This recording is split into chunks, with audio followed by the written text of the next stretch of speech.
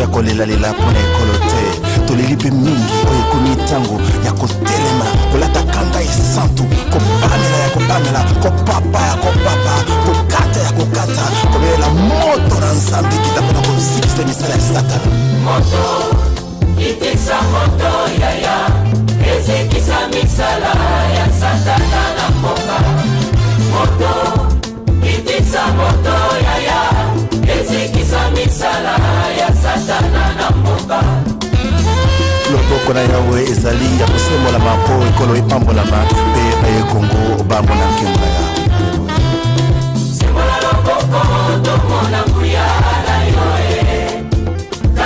Avant toute chose, je tiens tout d'abord à vous remercier infiniment d'être venu.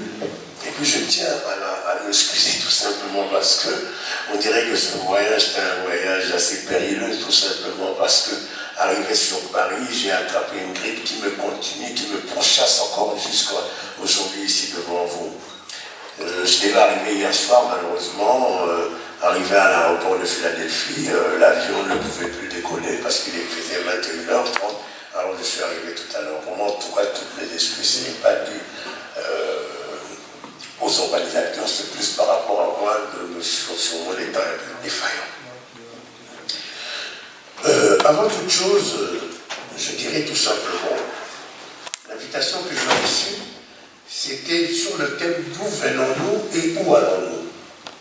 Certes que le thème est assez éloquent et inexplicable, mais je vais essayer tout d'abord de le présenter par rapport au texte que j'ai pu faire comme réflexion, et puis après, nous aurons un débat ouvert, pas de questions taboues, tout ce que vous avez envie de poser, donc je serai là pour vous répondre.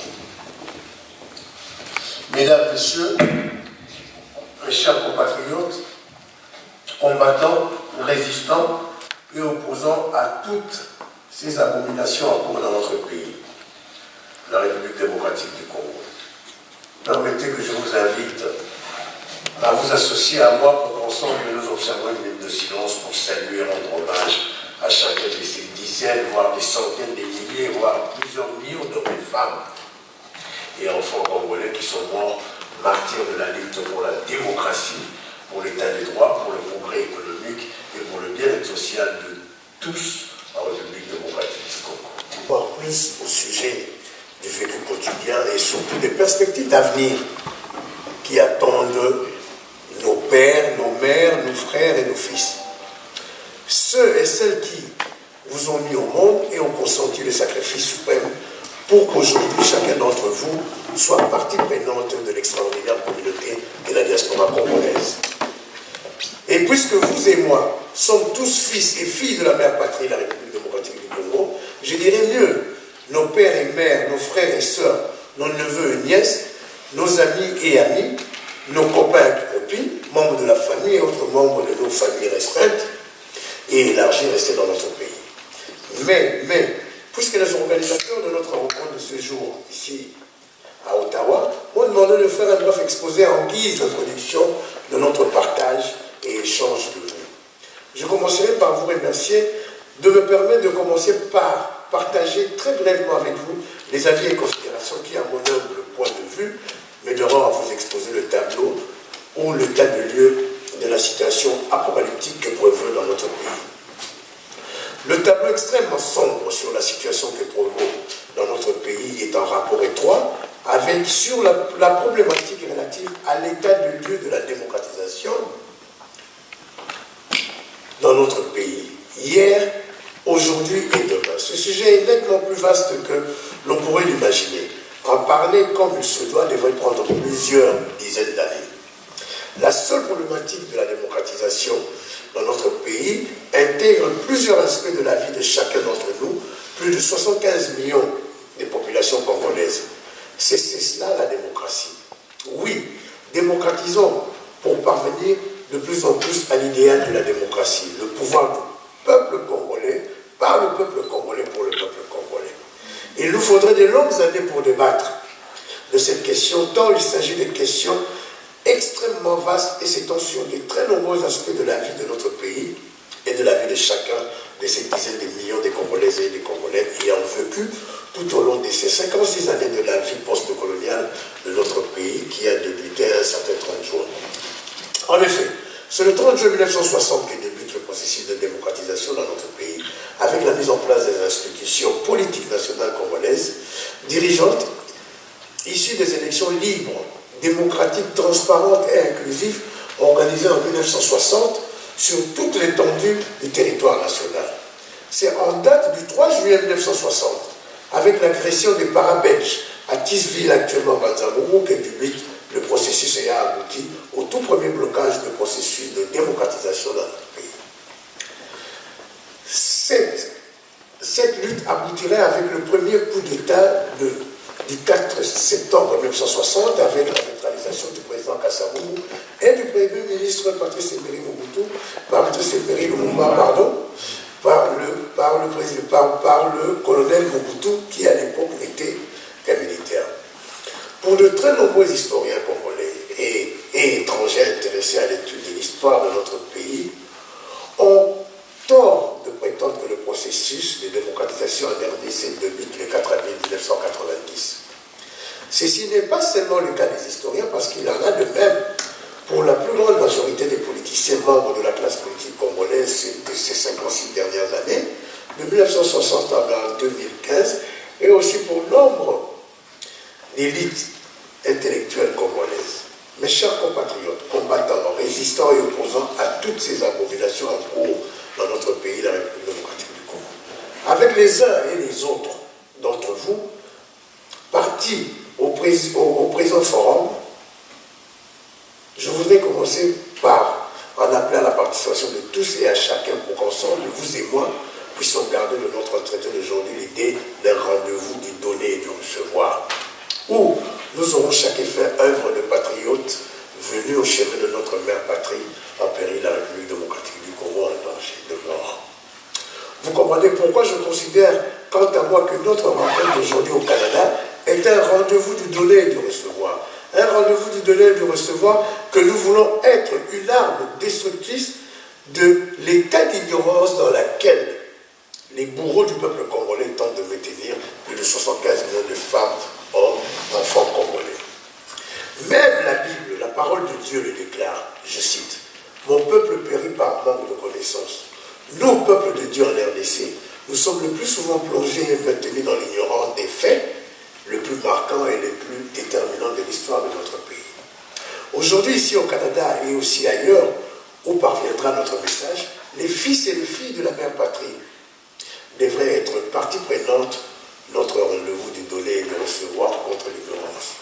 Oui, contre l'ignorance du contexte national congolais et du contexte international, dans lequel le blocage et les entraves au processus de démocratisation de la vie nationale congolaise s'opèrent par rapport à la République et par rapport au peuple congolais.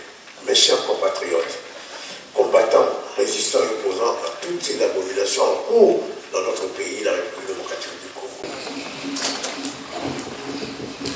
Bonjour honorable, mon nom est Francis Selissoki. Je suis membre du COGIDIA, commissariat de la diaspora congolaise. Alors, mon intervention, c'est tout d'abord un constat, un commentaire, après il y aura une question à la fin, je m'excuse auprès des compatriotes. Dans un premier temps, je commencerai par vous remercier pour votre présence ici au Canada, et non seulement ça pour les efforts que vous déployez pour faire avancer le changement chez nous. Nous sommes ici au Canada, nous sommes très loin, mais vous vivez sur le terrain, vous avez beaucoup plus de risques et vous arrivez à dénoncer le système et à faire avancer la bonne cause pour le bonheur du peuple congolais. C'est pourquoi je voulais vous présenter nos remerciements.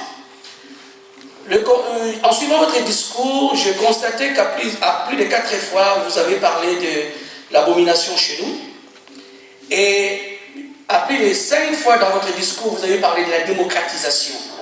Cela veut dire que le problème et l'enjeu chez nous, c'est la démocratisation. Mais moi, j'ai développé une théorie de 610 personnes qui détruisent le Congo. Cette théorie des 610 personnes qui détruisent le Congo sont 500 parlementaires et 110 sénateurs. On ne peut que parler de démocratisation si l'institution parlementaire est capable de faire avancer la cause du peuple et répondre aux besoins du peuple. Vous avez dit, c'est pour le besoin du peuple, la démocratie par le peuple pour le peuple. Les élections de 2011, s'il a été tourné à un seul tour, c'est à cause de ces institutions-là. Et nous comprenons que si aujourd'hui le système dictatorial au pays avance, c'est à cause de ces 610 personnes. Voici ma question. Pensez-vous pas que les députés sont en train de détruire la démocratie chez nous? Merci. Compléter, puisque ma question est presque reliée à ce que mon frère vient de dire. Je m'appelle Marie, Madame Kapend, je suis congolaise. En parlant tout à l'heure, vous avez insisté à plus de 4 fois ou 5 fois, vous avez parlé de manque de connaissances, de l'ignorance qui tue le peuple congolais.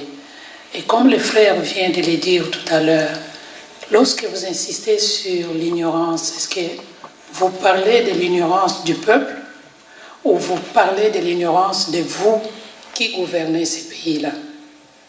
Puisque si les pays, au niveau des institutions et toutes les décisions qui sont prises, vous les prenez au niveau du Parlement, et s'il y a l'ignorance qui tue les pays, c'est-à-dire que vous qui prenez ces décisions-là, vous êtes les premiers ignorants en fait. Le peuple subit, c'est vous qui prenez les décisions qu'on doit considérer les premiers ignorants. Si vous pouvez nous donner plus d'explications là-dessus. Je vous remercie. Merci bien, Madame Kapel. Quand je parle de l'ignorant, que je l'ai connu quand je suis arrivé à Kinshasa, et que je commence même à connaître en tant que député à l'Assemblée nationale. Donc, moi, j'y vais pas par 4 chemins. Vous dites que nous, les gouvernements, je ne suis pas un gouvernement. Moi, j'ai été élu par le peuple congolais. Je n'ai pas été choisi ou nommé. Mais nous arrivons dans un État là où il y a la majorité, plus de 350 personnes, qui sont ignorants même de leurs faits. Tout simplement, pourquoi? Parce qu'on les a injectés là où ils sont, hein, et ils ne sont là que pour dire oui ou non. En ce qui concerne la législature dernière, on était à 500, comme cette fois-ci. Nous sommes rentrés combien, les anciens députés? À peine à 45. Sur les 45, il faut compter au moins 20 députés de la majorité qui n'ont pas été élus, mais qui ont été nommés.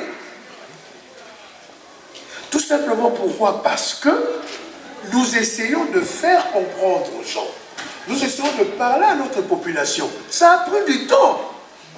Tout à l'heure, nous ouvrirons, j'espère. Je n'ai pas voulu le mettre dans mon discours parce que ce sont des choses que j'ai vécues personnellement depuis un certain temps. J'ai préféré mieux vous en parler au lieu que je puisse le mettre sur mon texte. Donc, l'ignorance qui tue, c'est par rapport au gouvernement, madame. Ça nous arrive d'être ensemble, dans des deuils, dans des mariages, ou bien même entre amis. Certains de ces gouvernants ne savent même pas ce qui s'est passé la veille. Deux fois, on leur dit, heureusement que maintenant il y a les réseaux sociaux, heureusement que vous êtes là. Comme maintenant, chaque épisode de la vie, la diaspora est en train de tout poster par Internet, certaines personnes commencent maintenant à se rendre compte de ce qui se passe dans leur pays. Il y a d'autres ministres qui ne savent même pas ce qui se passe dans leur coin, dans leur village. Tout simplement, pourquoi? Parce qu'il y a ce qu'on appelle le blackout de l'information. C'est pour cela que nous avons commencé à briser cette ignorance en le faisant comprendre que si nous devons tous y mourir, nous allons mourir. Mais nous n'allons plus rester comme on a assez supporté. Parce que, madame, cette ignorance aussi du peuple, il faut dire la vérité. Je me souviens l'avant-dernière, était en 2009, quand je suis parti voir le président Tshisekedi à Bruxelles, pour lui dire que le peuple l'attendait. Maman Barthes, qui était à côté du président Tshisekedi, me posera la question. Mais mon fils Wemba, pourquoi vous voulez que votre papa fasse tout? Vous ne pouvez pas mettre les gens dans la rue? Je lui ai répondu honnêtement. Maman, à l'heure actuelle, moi je peux mettre 1000 personnes, 2000 personnes, mais je ne mettrai pas 500 000 personnes, comme le président Tshisekedi. C'est pour cela que nous avons besoin de lui. Mais est-ce que cette phrase-là, depuis le 19 janvier, je peux encore le dire? Parce que tous les messages que nous avons véhiculés ces 7 dernières années a maintenant conquis la population, et la population se rend compte qu'il y a maintenant un nouveau leadership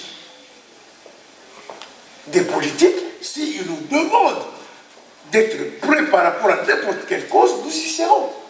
C'est pour cela, je dois vous dire la vérité, le 19, oui, on avait demandé une ville morte, on a demandé que tout le monde, ceux qui habitent à côté du palais du peuple, puissent avancer vers le palais du peuple. Mais tout ce qui s'est passé, ça a dépassé notre entendement. Je dois vous dire la vérité, c'est le peuple qui s'est pris lui-même en charge. Parce qu'il y a des endroits, là où il n'y a jamais eu de leader, personne n'est arrivé. Mais le peuple congolais a bloqué les rues, les avenues, les quartiers, les commissariats pendant une semaine. Ce même peuple qu'on voulait qualifier de mouton, ce même peuple qu'on disait, soi-disant qu'il n'était pas comme le peuple burkinabé, ce même peuple que le gouvernant disait il faut attendre 11h midi pour qu'il puisse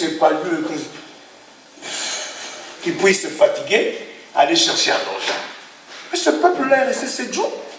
Ils n'ont pas mangé. Est-ce qu'ils sont morts? Nous sommes toujours là. Donc, à partir de cette ignorance que maintenant le peuple congolais fait, s'il y a quoi que ce soit pour revendiquer pour son avenir de demain, il doit le faire.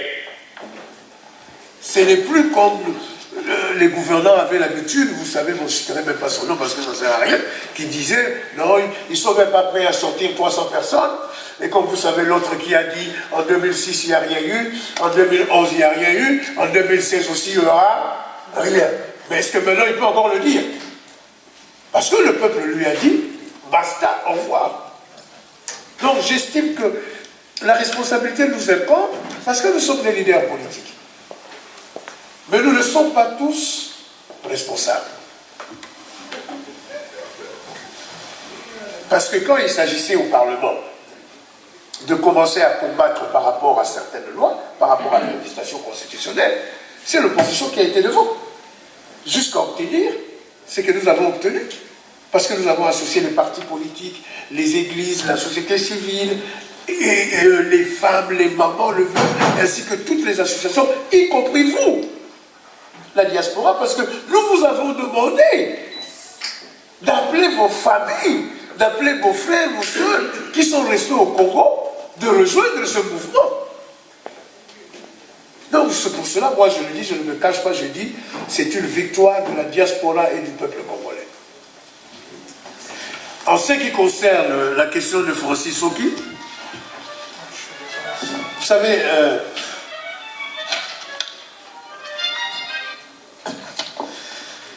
moi j'ai l'habitude de dire, oui, je suis responsable, mais je ne suis pas coupable. Tout simplement parce que, ayant décidé, ayant choisi d'aller défendre le peuple congolais à l'Assemblée nationale en étant minoritaire, je savais très bien que nous passerons des moments très difficiles. Mais à chaque fois que le sujet tendancieux sort au Parlement, c'est l'opposition qui essaye de faire reculer en arrière le gouvernement. Parce que nous sommes là, il n'y a pas 20 députés de la majorité qui parlent. Je crois que vous le suivez maintenant sur la RTNC.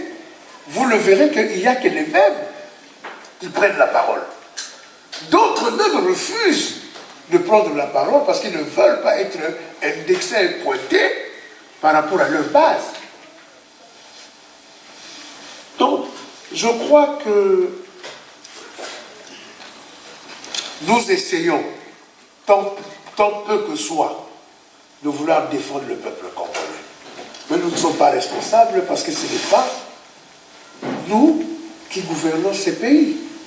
Nous savons tous que tant que M. Kabila sera président de ce pays, la corruption, le génocide, toutes ces histoires-là ne cesseront d'exister.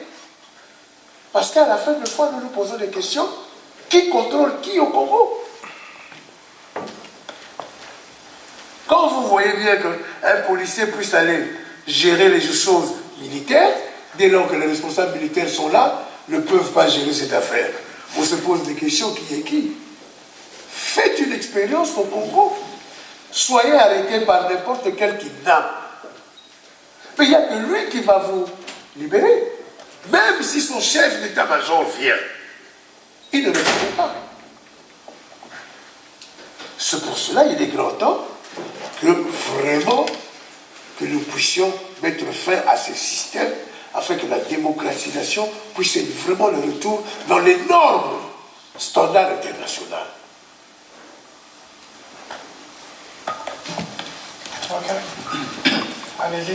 Okay, moi c'est M. Claude Kazadi. Je suis administrateur et directeur général et rédacteur en chef de l'organe de diffusion d'informations internationales et de promotion de leadership des jeunes en Afrique et au monde, sans tambour, mille trompettes. Je me réjouis d'avoir en face de moi le député national Jean-Claude Vemba, mais je voudrais aborder cette intervention en 3 questions. Pour la première question, je voudrais creuser un peu dans les questions des précédents intervenants pour parler de la vraie démocratie ou la démocratie de profondeur. J'aimerais poser la question au président Jean-Claude Vemba, également président d'un parti politique. Pensez-vous qu'il est possible aujourd'hui, avec la configuration, les origines des partis politiques que nous avons au Congo, il y a des partis politiques qui sont nés normalement. Il y a des partis politiques qui sont nés armés. Ah, vous les connaissez très bien. Est-ce que vous pensez que dans un système politique où nous avons des partis qui sont créés par des gens qui ont puisé dans les trésors publics, des gens qui ont amené leurs fonds pour le fonctionnement, pour l'agrément, pour la promotion des activités de leur parti, vous pensez que ces gens-là peuvent facilement, étant donné que ce sont eux qui signent les listes électorales, vous pensez que ces gens qui sont à 467 comme ça, peuvent laisser libre cours à la jeunesse qui contredisent leur position à figurer sur des listes électorales? Est-ce que vous pensez qu'aujourd'hui, dans un Congo où les belligérants sont en train de faire le chemin, et ce sont eux qui ont aujourd'hui la puissance financière, et vous comptez aller vers la démocratie au moment où la démocratie n'est pas encore installée au sein des partis politiques? Parce que c'est là la base. Monsieur Jean-Claude Vemba, combien de fois vous avez organisé une élection dans votre parti? J'aimerais savoir. Combien de fois au sein de l'Alliance pour le renouveau du Congo, je pense avoir lu quelques-uns de statuts. Et je lis vos statuts. Vous êtes président à vie, vous êtes chef coutumier, politique, on ne sait pas. Ça c'est pour nous la base. Et nous ne croyons pas qu'il y aura démocratie avec cette configuration des choses. Parce que M. Jean-Claude Vemba pourrait aligner que des gens qui sont favorables à son courant. C'est possible que ça vous arrive et que cela fonctionnerait mieux dans l'ensemble d'autres partis politiques que nous connaissons et qu'on représente à 467. Il y a une grande problématique et nous devons ouvrir l'œil parce qu'ici c'est la diaspora. Nous réfléchissons. Nous voudrions savoir si vous avez besoin de la démocratie de surface ou de la démocratie de profondeur, comme vous venez de le dire, le pouvoir par le peuple, pour le peuple, et vraiment le pouvoir par celui-là. Parce que nous supposons, et ça c'est une suggestion, il faut au Congo qu'on fasse une loi portant création du fonds de formation civique et de participation politique. Je m'explique. C'est-à-dire, on aura un système où tout Congolais âgé au moins de 18 ans devra tirer du trésor public par mois, par exemple 5 $, et être en mesure de contribuer dans son parti afin que ces jeunes gens qui sont nombreux avec des intelligences participent comme à la fois électeurs et éligibles au sein des partis.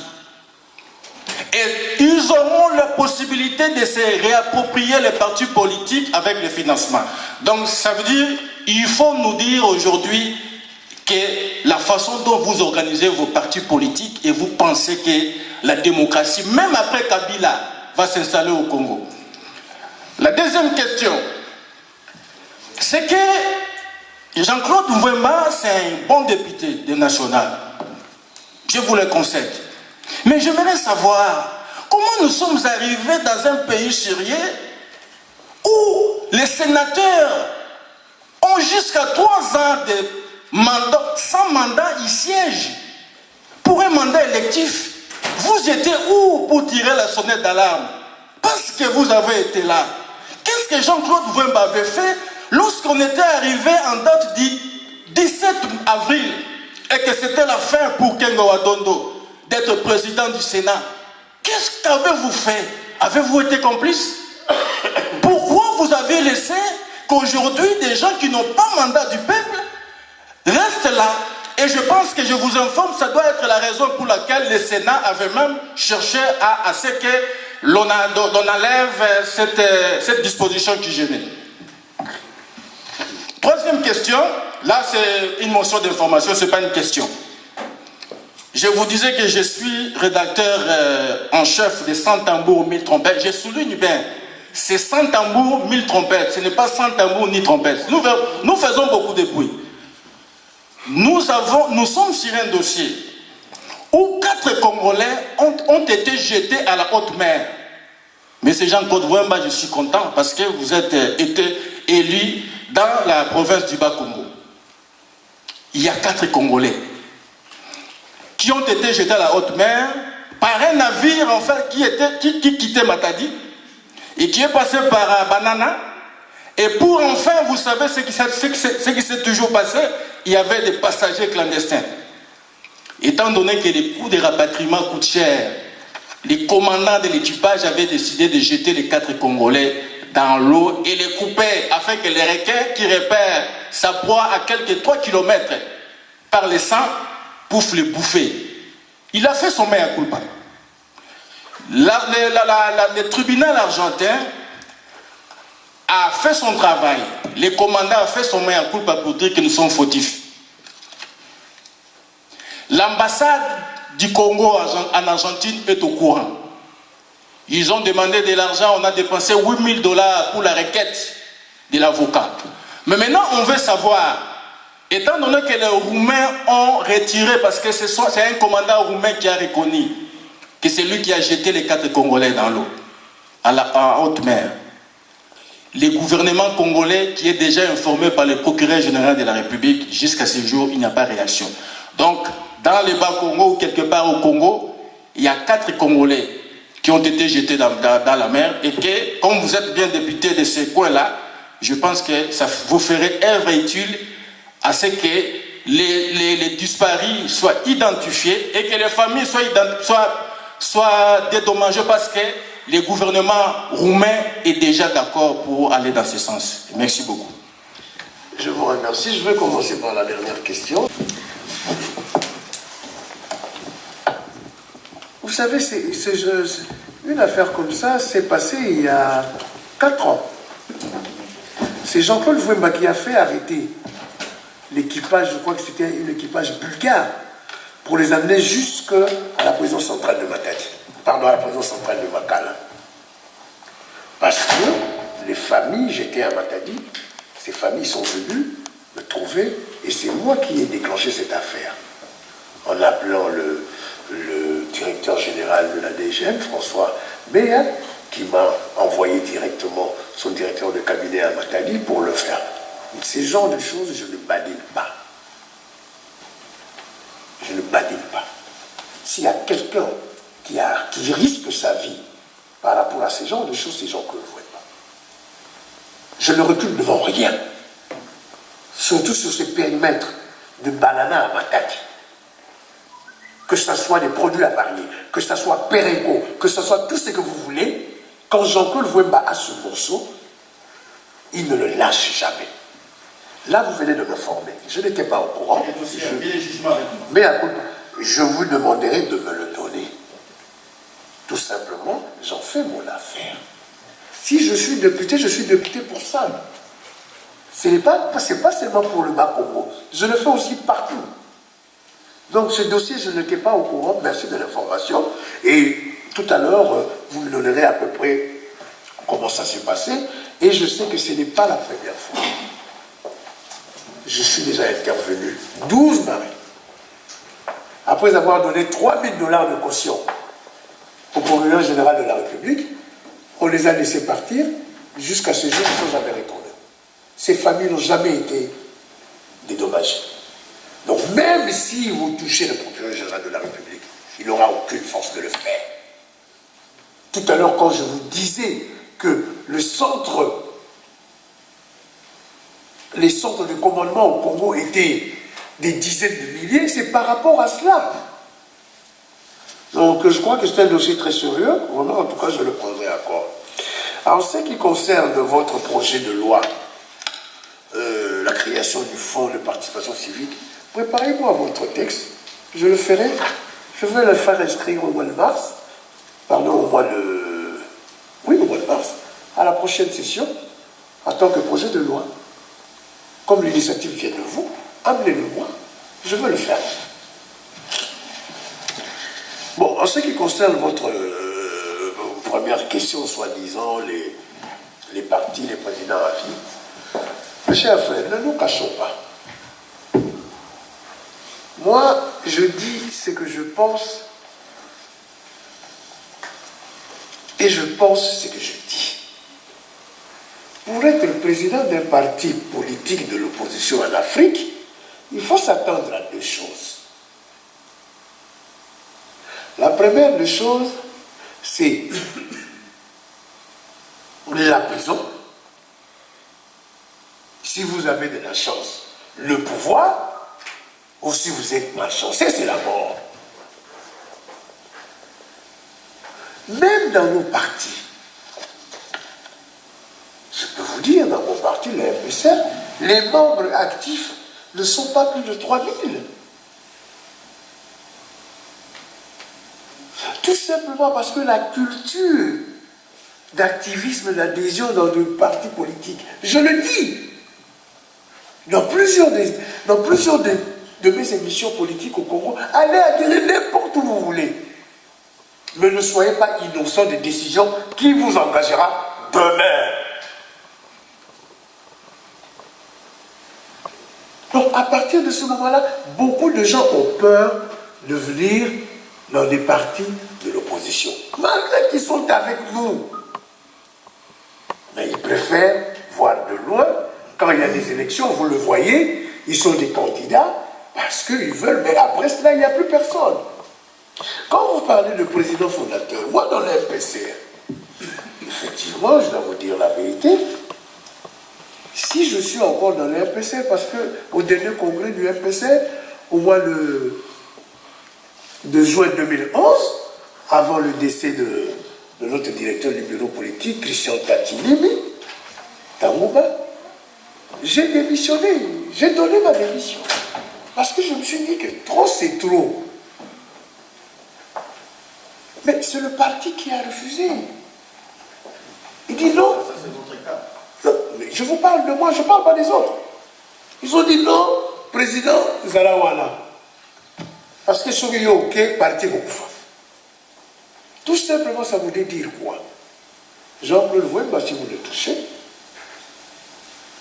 moins de 5 minutes, tout le monde entier est au courant. Mais n'importe quel kidnappé, on peut venir le prendre. Et puis il y a le problème financier, mes chers frères. Le problème financier, c'est un problème sérieux. Nos militants ne cotisent pas. Et de fois, vous êtes surpris, quand ils ont un petit bis-bis de pouvoir ou de négociation ou de postes, ils envoient leurs cousins, leurs femmes, leurs amis, parce que maintenant les amis, je crois que c'est difficile par rapport aux suppléants. Il y a des bagarres graves là-bas, des suppléants qui ont remplacé les députés qui ne veulent pas cotiser ni au parti ou quoi. Donc ça commence à devenir difficile. Donc ne soyez pas étonnés, en 2015, en 2016, vous allez voir les familles qui vont commencer. Il y a le papa qui permettra peut-être sa femme, premier suppléante, ou sa fille, ou son fils. Donc c'est ça le problème du Congolais. Nous ne sommes pas encore arrivés à l'activisme que quelqu'un peut sortir 5 $ par mois, difficilement, pour la cotisation dans son parti. Donc, à partir de ce moment, nous disons clairement, nous nous comportons aussi de fois en particulier, vous avez raison. Mais les rares qui sont avec nous, qui nous encadrent, ne se laissent pas faire non plus. Je crois que vous lisez beaucoup. Vous vous souvenez, en 2011, avant les élections, moi j'ai failli être éjecté de mon parti. S'il y avait Internet ici, vous pouvez voir, taper Jean-Claude Wemba, guerre de pembistes, tshisekédistes au sein du MPCR. Parce que moi j'avais pris l'option pour Étienne Tshisekedi. Il y a des pembistes qui étaient là qui ont dit non. Nous voulons négocier avec qui on veut. Et ça a failli perturber le parti. Parce que chez nous, c'est un parti démocratique. Quand quelqu'un a besoin de dire quelque chose, il le dit. Il dit non, président. Vous, si vous avez vos affinités avec Tshisekedi, c'est vous. Nous avons des affinités avec le MLC. Qu'est-ce qu'on fait? Vous pouvez dire la vérité, il y avait aussi certains webistes qui ont dit non, président, pourquoi pas vous? Donc c'est ça le problème par rapport au parti politique. Il faudrait que l'activisme, l'adhésion vienne de loin pour que, au moins, que les gens commencent à peser sur l'avenir du Congo de demain. Sinon, mes chers frères, je vous dis la vérité. Même le PPRD, les gens, est là. Il n'y a rien de bon. Il n'y a rien de bon. Même deux fois, les gens qui ont des responsabilités, on le force pour cotiser. Je ne vous citerai pas un exemple, sinon je vais le faire griller. Je connais quelqu'un qu'on venait de démettre parce qu'il ne cotisait pas. Il a posé la question en disant, je vous donne de l'argent au parti, ça n'arrive pas. C'est vous qui l'utilisez. Pourquoi voulez-vous que je vous donne de l'argent? Vous la faites partir. Donc moi je crois que les chefs coutumiers dont nous sommes ne cesseront le jour qu'il y aura des gens comme vous, des centaines dans des partis politiques. Je crois que moi je vous rassure, en 2016 j'arrête. Et la question des élections internes? Élection interne, c'est quoi? Là, nous nous sommes battus contre la législation constitutionnelle. Nous nous sommes battus sur l'article 8 qui voulait engendrer l'identification et le recensement aux élections. Maintenant, nous y allons par rapport au consensus. Non, au sein des partis politiques. Oui. Mais je venais de vous le dire. Je venais de vous le dire. Mais, mes chers frères, vous savez combien nous perdons pour nos partis? Moi, j'ai un siège que je loue $600. J'ai 4 permanents. Le tout, ça me fait à peu près 1500 $. Je vous dis la vérité, je ne mens pas. Vous pouvez envoyer des gens à Kinshasa, ils vont vous le dire. Ça, ils sont là. Parce que chaque année, nous sommes obligés de remplir le truc comptable par rapport aux partis politiques. C'est pour cela que vous entendez les partis mallettes. Leur adresse c'est chez eux à la maison. Donc ils n'ont pas de loyer à payer, ils n'ont personne, leurs filles ou fils sont là pour répondre au téléphone et tout consort. Donc les élections, oui, mais qui viendra? Moi je vous invite à venir au RPC, je vous laisse ma place. Puisque j'ai compris que vous croyez en moi. Donc les élections peuvent avoir lieu, mais les gens n'ont... Ok, prochaine Oui, c'est moi qui étais... Essayez de me forcer à être assez sévère ou quoi?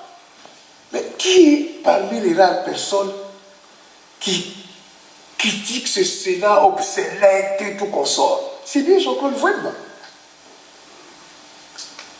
Je ne fais pas de cadeau à ce Sénat. Surtout depuis les consultations. S'il y a quelqu'un vraiment qui ne respecte même pas cette institution, c'est Jean-Claude Wemba. Je le dis à chaque fois. Mais à leur décharge. Au mois de janvier 2011,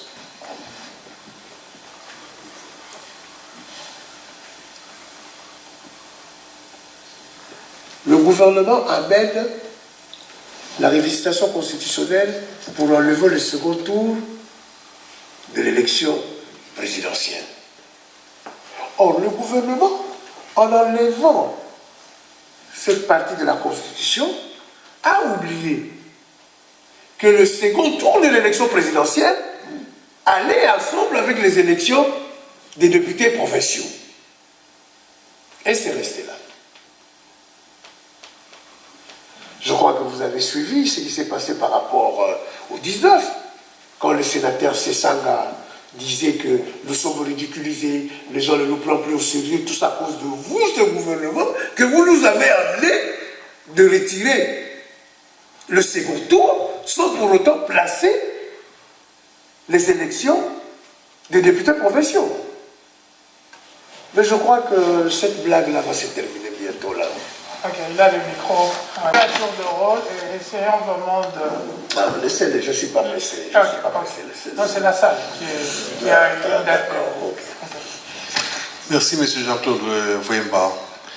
À vous entendre, j'ai eu l'impression, au fait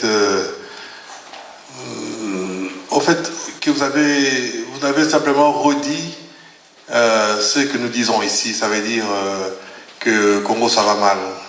Mais moi, je connais une expression anglaise qui dit « garbage in, garbage out ».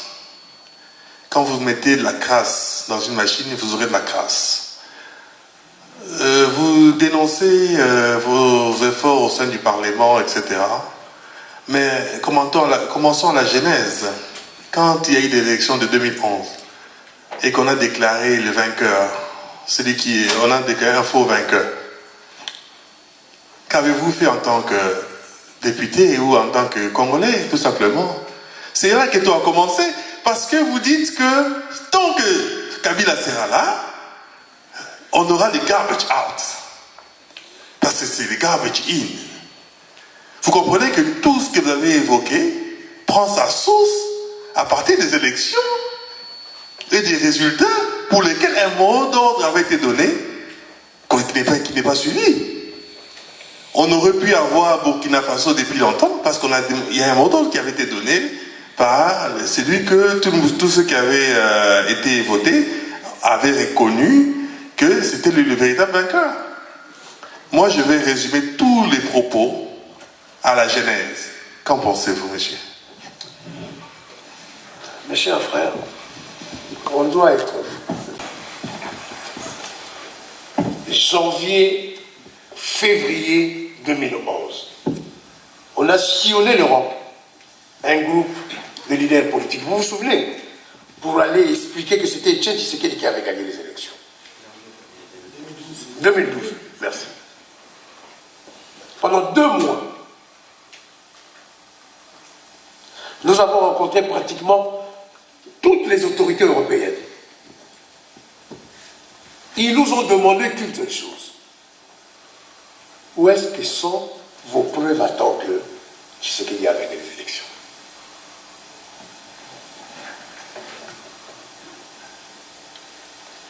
Je ne l'ai jamais dit depuis.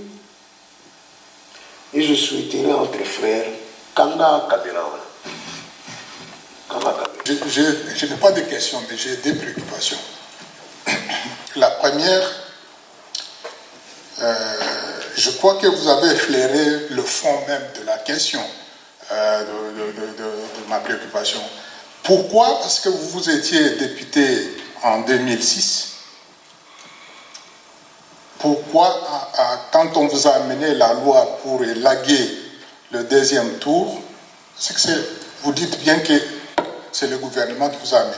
Mais quelle était votre attitude en tant que député national quand la loi d'élaguer le 2e tour, sachant bien que le 2e tour était lié à beaucoup de contraintes qui devaient vous suivre, qui vous suivent jusqu'aujourd'hui? Tout ce que nous parlons ici, c'est à cause de ça que cette histoire est arrivée. De deux, j'aurais aimé que, en tant que député national, j'aurais aimé que vous fassiez au moins amende honorable en disant que vous acceptez toutes les remarques. Nous avons aussi notre part de responsabilité. Non. Vous l'avez dit, il fallait commencer par ça. Vous l'avez dit parce qu'on a posé des questions. Sinon, si les questions n'étaient pas posées, vous n'allez pas les dire. Parce qu'en tant que député national, toute modestie vous incombe de dire que vous avez votre part de responsabilité. Je vais terminer, je ne monologue pas. Je vais terminer pour dire, vous êtes parti au Parlement. C'est bien beau de nous raconter que vous avez donné des mots d'ordre, tout ça. Je me demande, en sachant que vous êtes toujours mis à minorité, je peux élaguer toutes les lois qui ont été dictées par le gouvernement actuel. Je ne vois pas en aucune façon les 40 députés ou peut-être 20 que vous faites allusion ont contraint l'adoption de toutes les lois. Même la loi qui est à problème aujourd'hui, elle est toujours déjà votée par les députés dont vous dites qu'ils sont majoritaires, mais je ne vois pas en aucune façon vous allez le changer ou vous allez ni traiter cette attitude de la population. Moi, je crois que la loi là ne devait même pas vraiment poser problème, ça devait passer. C'est l'attitude de la population qu'il faut saluer, qui a peut-être compris que s'il ne se jetait pas dans le jeu, vous, les 40 députés, ou les 30 ou 20, prenez ça comme vous voulez, vous n'allez pas faire grand-chose. Parce que vous n'avez pas fait quelque chose jusqu'aujourd'hui qui peut vous édifier, que vous êtes allé siéger. Vous êtes allé siéger uniquement parce que, peut-être par élégance, c'est de là que je voulais terminer, parce que toute modestie devait vous incomber d'abord de reconnaître ça. Merci beaucoup. On prend 2 autres personnes et puis l'honorable va répondre et puis la prochaine série. Alors allez-y, monsieur, votre nom et votre question. Stanislas Moulabi, président sectionnaire UDPS Ottawa. J'aimerais, pour commencer, rebondir par rapport à ce que a dit M. Jean-Claude Wemba. Il y a des gens qui sont à la commission électorale là-bas. C'est des gens de l'opposition, ils siègent. Non, ils parlent de mission. Ils n'ont pas fait pas de mission. On va prendre la prochaine question et puis à la fin, si nous avons le temps, on va encore recommencer à répondre les questions. Allez-y. Donc, je voudrais d'abord, donc je disais, pour reprendre le dernier propos de M. Jean-Claude Wemba par rapport à l'attitude du président Etienne Tshisekedi, je pense que pour ma part, et je crois que c'est ainsi pour l'UDPS, son attitude et celui qu'il a toujours eu, c'est celui de défendre le Congo comme étant un État indépendant sans compromission. Parce que ceux qui demandent, je veux dire les interlocuteurs, c'est-à-dire les ambassadeurs et autres, qui demandaient à l'époque au président, cela n'est pas accessible ni ici au Canada où nous vivons, ni en Europe. Donc on ne peut pas dire que ce monsieur-là est un criminel et que malgré tout, il ne peut pas être en prison. Donc je crois que son attitude était tout simplement par rapport à la loi, lui-même étant juriste. Et c'est cette attitude-là que nous, personnellement, je crois qu'au sein de l'UDPS, nous attendons de tous nos leaders politiques, nos responsables politiques, c'est-à-dire d'être fermes et d'avoir une attitude d'indépendance, d'autonomie en tant qu'État, en tant que nation. Alors, j'aimerais d'abord, pour poursuivre par rapport à votre discours tout à l'heure, vous avez parlé énormément sur les nombres des morts. Vous avez dit des centaines, des milliers, des millions. Vous avez aussi parlé, lors de la fin de votre discours, sur une phrase que nous apprécions tous, c'est-à-dire la patrie ou la mort. Et je pense que cette phrase-là doit être ancrée à chacun de nous. Et par rapport à cette position-là et par rapport à l'activité de la population le 19, le 20, le 21, puis le 22, qui très clairement a dit que nous ne voulons plus de ce monsieur en tant que chef de l'État. Ils se sont prononcés, ils ont dit Kabila dégage. Nous tous, nous l'avons suivi. Alors, il y a une certaine voix qui se prononce et qui voudrait, malgré les exactions que vous avez dénoncées tout à l'heure, qui voudrait que malgré tout, nous allons à un dialogue pour pouvoir arrondir les angles, trouver des voies et moyens pour sortir de cette crise. Êtes-vous personnellement partisan de cette proposition-là, qui, à mon avis, est tout à fait contradictoire à la vie de la population, qui s'est exprimée, vous l'avez dit, le 19, le 20, le 21, puis le 22, qui veulent de Kabila dégage. Est-ce que, ici présent, vous pouvez faire une déclaration et signer avec nous ici une déclaration qui vous engage, vous, ici présent, en tant que responsable politique, que dès votre retour, ça va être votre mot d'ordre, Kabila dégage et non un certain dialogue. Est-ce que vous pouvez aussi, ensemble avec les autres membres de l'opposition, avoir cette attitude-là, la mener, parce que nous pensons que les morts, les victimes, les viols, ça ne se négocie pas. Merci. J'ai ainsi dit. La prochaine personne. Non, deux. Vous allez répondre à deux. Ok. L'honorable d'abord. Et puis nous allons continuer notre cheminement. Je répondrai tout d'abord aux frères en ce qui concerne les membres de la CENI. On a cru bien faire. Malheureusement, nous nous sommes retrouvés gros comme Jean. Ils ne nous écoutent plus. Ils sont devenus, comme toujours d'ailleurs, des électrons libres. En ce qui concerne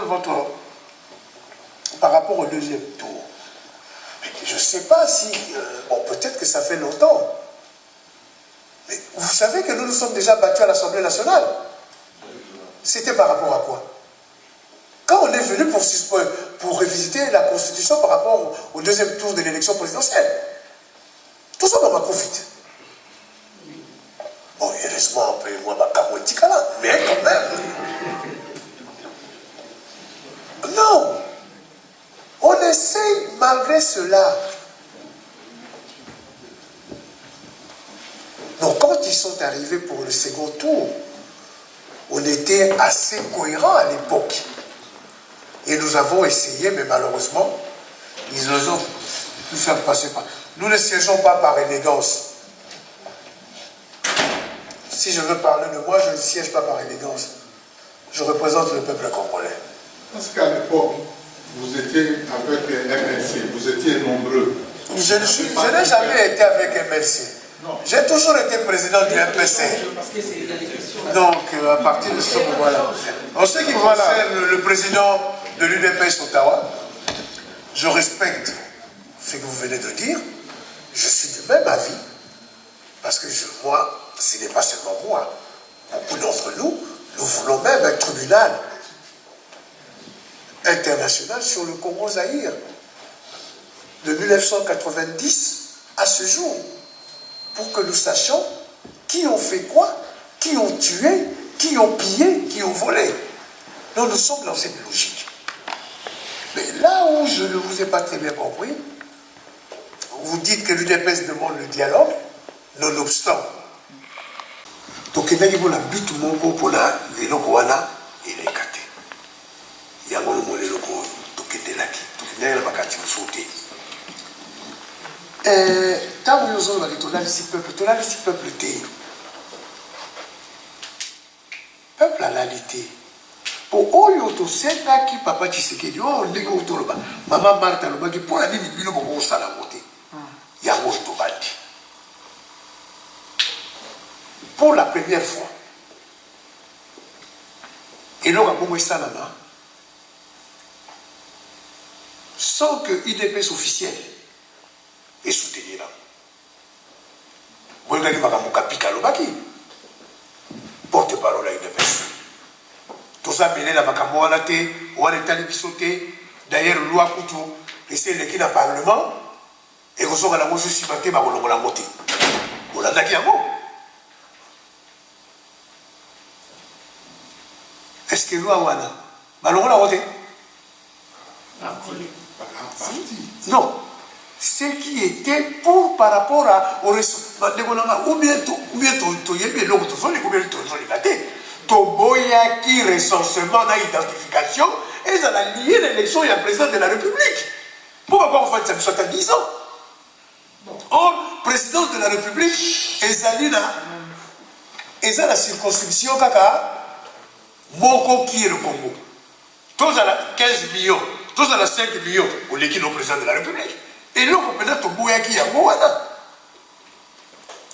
C'est vrai qu'après, Félix Tshisekedi, tu l'as pas. À Kobé Kabiso, à Kobé Kabiso, personnellement, pour la Boloba qui était une épaisse assassinée de Moana. Et puis je dois vous dire la vérité. Le gourou, Babina qui n'a pas la balle. C'était du dépêche. Donc, les gens qu'appellent, je suis un garçon honnête. Donc, à partir de ce moment, il faut que nous voyons que le peuple, tous les ici était. Quel objectif? Parce que 2016, objectif. Donc, à partir de là, il y a moi dans le but, en ce qui concerne deuxième question, il y a qu'est-ce que nous faisons pour promettre aux Occidentaux? Dans toute diplomatie secrète, tout ne se dit pas. Mais il y a des choses acceptables et des choses inacceptables. Moi, depuis que je suis là, depuis que je fais la politique, on ne m'a pas encore proposé des choses inacceptables.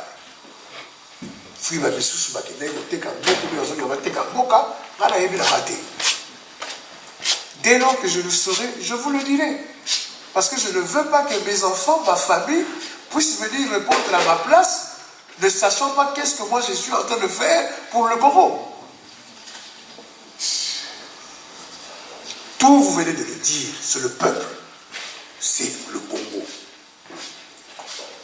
Parce que peuple wana, ceux qui a sur le local à la il y a un mouvement, oh bah tu vas y baki, mais les temps sur les lots ils sont les amours. Bon, en ce qui concerne les Congolais, les sous-Congolais, les Congolais là au Congo, la frontière à Angola, il y a le Congo Brazzaville, les locaux ils ont la caméra pour on a dit toujours que le recensement, nous a présenté la 5 branches généalogiques là, parce que il a compliqué. On va se coller là-bas, on va dire là-bas, on va comprendre la mission de l'Ouma Namapaï.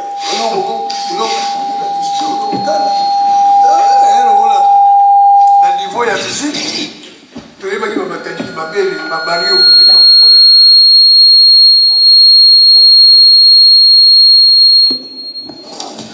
Ouais, parce que tu le fixes là-bas. Dans d'abord. Quand tu mets comme ça.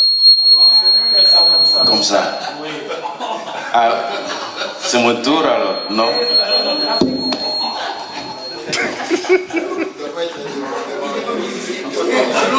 Un musicien était un docteur. À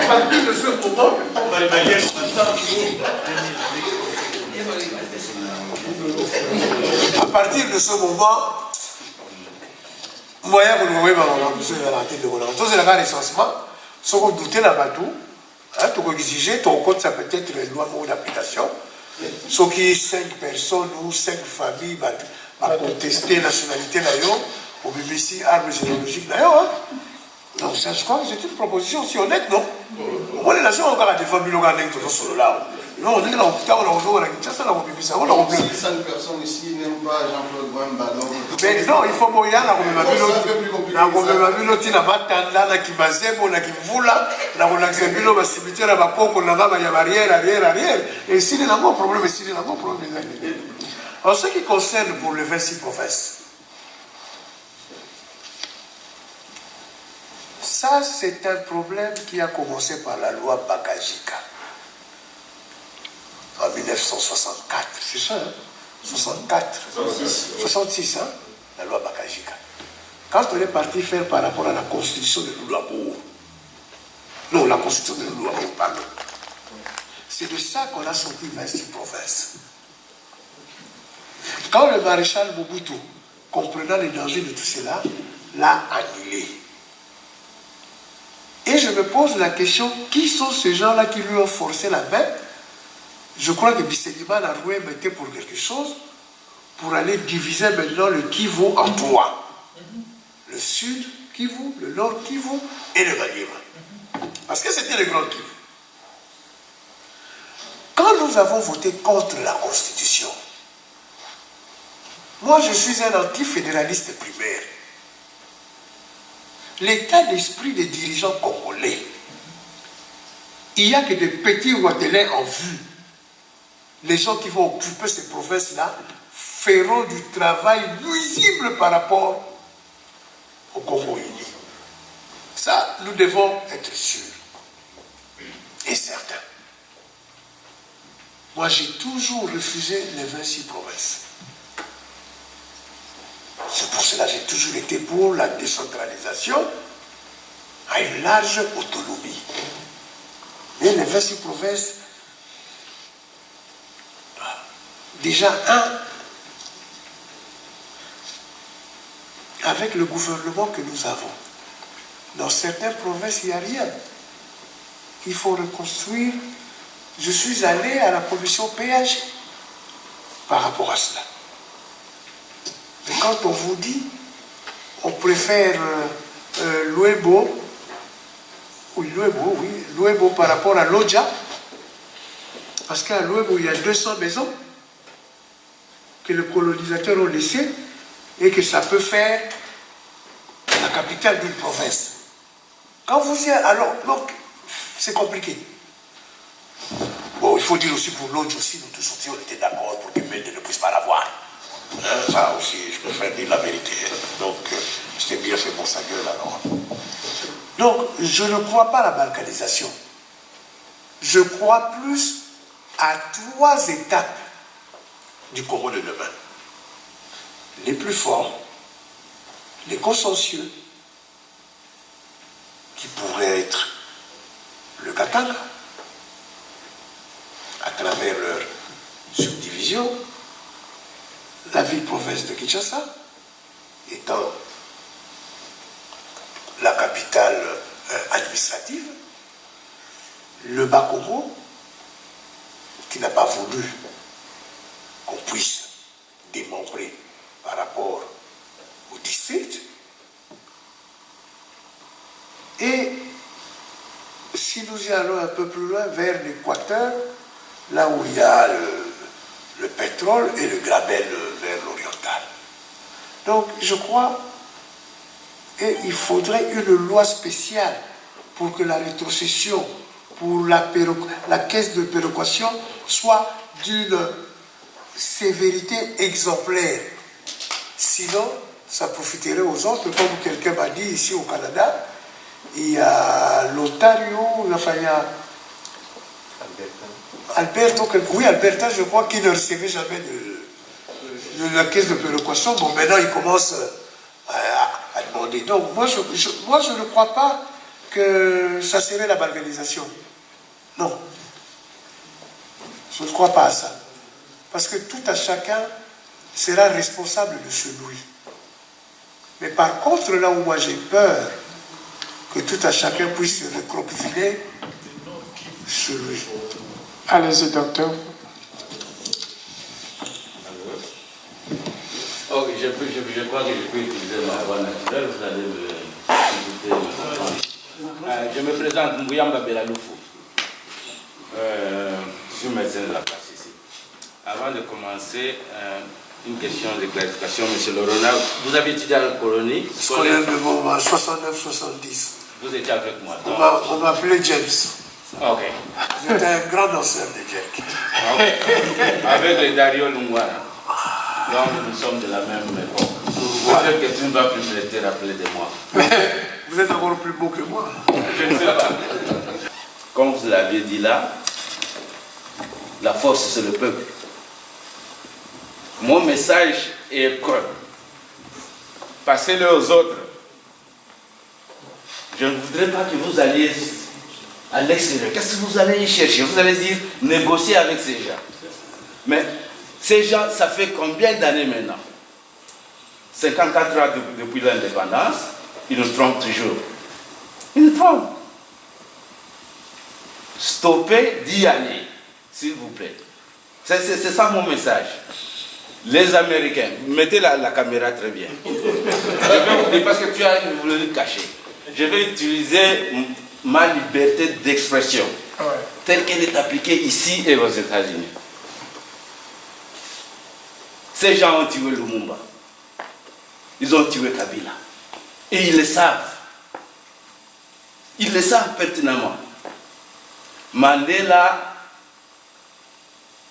qui est mort à l'âge de 95 ans, il était terroriste pour eux. Jusqu'à 2008. 2008, ils ont enlevé son nom sur la liste des terroristes. Et il y a encore des gens là aux États-Unis qui sont des leaders politiques là-bas, des Cheney, qui jusqu'à aujourd'hui croient que Mandela a été terroriste. Il y a encore des gens de l'ANC qui sont encore sur la liste des terroristes. Quelle confiance vous faites en ces gens-là? Margaret Thatcher a taxé Mandela de la même chose. Il ne voulait pas de sanctions contre l'Afrique du Sud à l'époque, contre l'extérieur qui apportait son bénéfice à l'Afrique du Sud. Je ne vois pas pourquoi vous allez quel est le discours que vous tenez avec ces gens quand vous allez là-bas? Vous allez comme des petits enfants là, on vous donne les écoles, un cours. Qu'est-ce que vous leur dites en face? Moi, je me bien à votre place et ça, c'est vraiment. On doit prendre les questions des autres. C'est vraiment important, sinon c'est une réflexion. Sinon, l'Afrique n'avancerait pas. Thomas Sankara a été tué et il y a beaucoup d'histoires. Moi, j'aimerais peut-être qu'il fasse de moi un Mandela d'aujourd'hui. Je leur dis, si vous voulez créer notre Mandela, venez chez moi. C'est pourquoi je dis, mettez la caméra. Moi, ils me connaissent, qu'ils viennent. La définition des terroristes, elle est maintenant une définition. Je ne sais pas, nous devons revoir peut-être quelque chose. Qui est terroriste et qui n'est pas terroriste? Ils vont avoir avec la nouvelle loi. Hein? Non, il n'y a pas de problème. Okay. Moi, je dis que je suis prêt. La question. Non, docteur, c'est que je peux vous répondre à des mots. Oui. Ce sont des invitations qu'on vous lance. Vous acceptez de venir à toutes les manières. À tous les rendez-vous toutes les invitations que moi j'ai reçues. Je n'ai pas entendu quelqu'un me dire ou nous dire qu'est-ce que nous pouvons donner par rapport au Congo de demain. Non. Mais le Laurent Désiré Kabila que vous citez là, c'est lui qui nous a amené toute cette merde. Il ne faudrait jamais l'oublier. Ok, votre question. Ah non, on va prendre la question. Jean-Claude Mwemba, naza mwana bandal, naza na lisolo ya famille, na ebio na moi idée. Cela veut dire aux Akinois. Na vous comprendre. Mais, et c'est là que Sengeli na onoyeba, aux na terrain, il y a des fourmis rouges, aux na Canada. Je n'ai pas une question à vous poser, mais je passe directement le message. Parce qu'il faut zonga un message au na Kinshasa. Ah bah on tout batuni ba question, mais ngara zo profiter na Congo ya ba patriote congolais, ba bundeli ya Canada, oyo boyoka ka sango na Kisasa, oyo Josephu. On a bien gagné Josephu parce que les bons mané bandas au pouvoir na Congo pour na violer nos mamans, pour na boma peuple congolais. Mais nalandi yo ndenge nyonso masole leki awa na moni bande bona biso ba congolais toza plus à côté. Bo excusez-nga. Parce que toza na likambu ya occupation na Congo. Est-ce que bino ba honorable soi-disant ba député vous allez reconnaître que le Congo est occupé ou pas? Est-ce que vous allez reconnaître Yango? Je pense que tu as chance de vendre dans la Messawana parce que tu es Congolais de père et de mère. Ça, je vais vous dire la vérité. Sinon, tu es tombé comme Poupulana Messa. Dieu merci, Kamere a dévié parce que tu as posé là. On retransmettre le message à cause du message. Dieu merci à reconnaître force Nabiso. Mais ce qui est là, Jean-Claude Mwemba au Vandiwana, parce que tu as eu conscience, j'ai reçu plusieurs mails ici, et pourquoi et qu'est-ce qui se passe? Mais parce que vous êtes Congolais de père et de mère, Tolobino, Tovanda, Toyokandekonabiso, Tosolola. Mais ce qui est un peu bizarre, Jean-Claude Mwemba, Olobi Likambuya Herman Cohen. L'air besoin pour répondre à l'invitation à Herman Cohen. Est-ce que consciemment vous avez dit que Herman Cohen est responsable de 10 millions de morts au Congo et qu'il a allé en collaboration un des lobbies rwandais? Est-ce que vous les Congolais, le député et tout ce que je peux dire là, vous avez la conscience, on a les besoins pour répondre. Mais nous venons de remarquer que Boye Olobi non, Bosololi et Lokomo Tozoka. Mais qu'est-ce qui fait que Herman Cohen a quelque caméra dans une chambre là, il y a université. Bino Bozala Kiwapi. Bobomba Makiwapi. Et ni tété ba Congolais. Rapport nous allons me menabiso awa, oyo caméra ngai kusolo lango, na Herman Cohen kuna. Bamindele ba américain yo bazako boma ba congolais.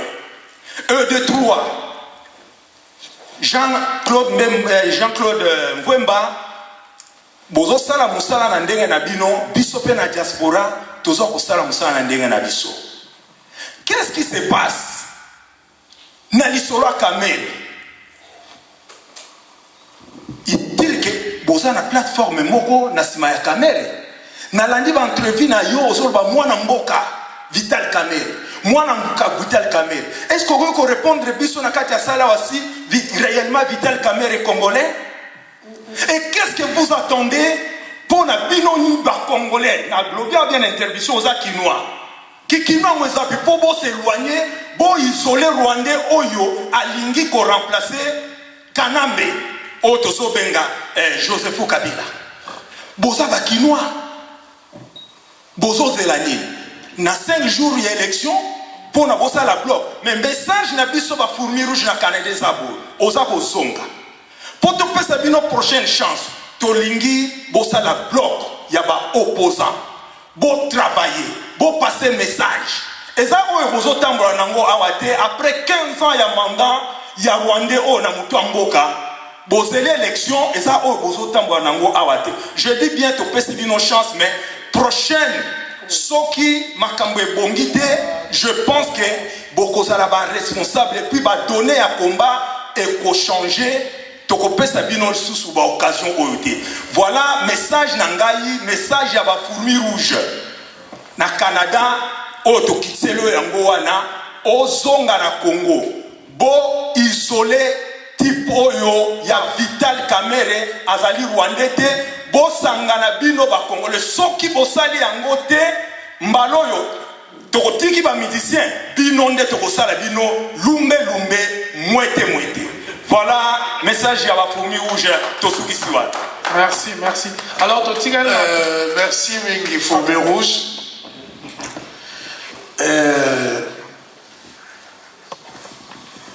Oyebi ngala lobanga nga polele. Ngala bomba nga te. La bandi docteur qui est démasqué que dans la colonie scolaire de Boma et comme ça a été que les longs nègres dans la boue parce que partout banana botama na kola na lobarachi vuli comme la kanisa ramo. Herman Cohen tout ça la gina di kamona été na utai kolobawa. Et ça là qui est invitation il y a administration. Mais le kola va inviter sur opposition par rapport à ma norme. Le gouvernement de Basalaka, il y a un cas qui est à travers ONG Moko. Mais nous n'avons rien à voir avec Cohen. Et moi, je vais vous dire la vérité. Nous allons découvrir que tout quand on avait les États-Unis que Cohen a Zalaki, la RTLC. Jour, Vital Kamerhe a gagné la conférence là, bah Bengi Bissou na Kinshasa, pour tout y va quitter. Tout y va quitter. Oui, parce que dans la salle, il n'y avait pas de contrôleur. Alors, tant que tu y mission, pour vous voyez ma vérité, tant que tu y mission, tu soulèves ma makamalo Cécile, ou tu n'as pas de makamolaye, ici là qui. Les qui ont engaillé Olivier, ah, pour nous, tout le monde le connaît. Il faut qu'on va au Canada, où il y a pour la mission. Ma mission, c'est partout. Il y a Vital Kamerhe, ici, il n'y a pas que dans la conférence, il y a évité, il y a bien zate. Il y a combien de bisous que RTLC et Zakotia en boucle que Vital Kamerhe va interdire les combattants. Ma BBC conférence là. Ma comme les qui j'étais Tozalaki, Jean-Lucien Boussa, Clément Kankou, José Makila, Sami Balibanga. Ah bon, mais personne n'était au courant. Parce que les gens qui ont là-bas, rendez-vous là, il Kiboba. Moi, je suis là, et bon. Malheureusement, maintenant, on a paix. Comment ça s'est passé. Mais, je suis d'accord avec vous. Vous avez droit. Il y a combat d'Abilo. Et ne le cessez pas, Botikati. Toujours, comme disait Emmanuel Bamba, l'un des jurés de la Pentecôte. Moussala ya Congo ezalaka ya vie na liwa. Soki tant que bomoni voye baza na nzela mabe, utianga na ligne. La roboya à côté. Mais, et là, on vous souhaite au camoué, rapidité, balumbe les galagés belé dans le bokoy. Bakutakalisation les galagés belé. Mais il y a Kamerhe, RTL, ça sont les qui s'en en boucle. Posons-nous la question. Pourquoi il ne va pas s'amuser sur le baraboté? Voilà la réflexion au Yompaï, la Salaki. Bon, oh, yo solo baki, oh, opposition to kutani, dekonaga nanu to poli mutute. Nanu to poli mutute. Ngai na loba yango. Tant que tu sais qu'il y a un vivant, la moni candidat dit la voix pour rassurer le peuple congolais. Voilà, j'en plus de fois de ma loba kango.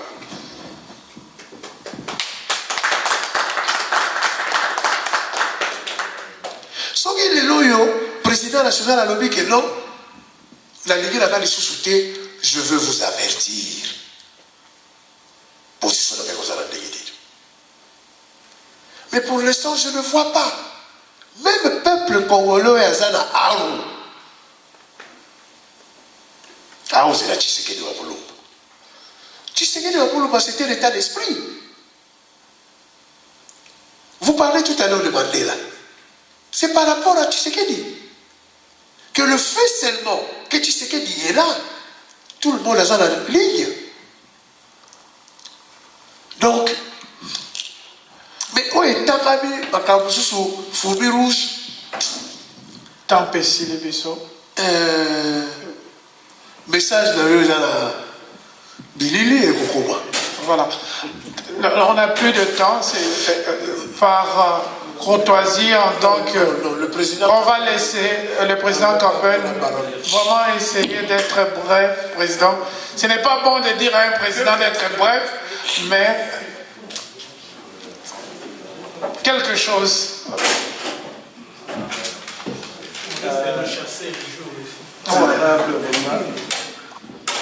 Écoutons le président Campagne.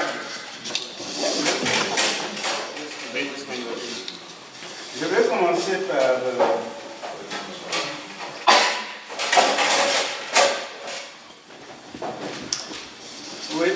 commencer par vous féliciter pour 3 petites choses. D'abord, vous êtes malade.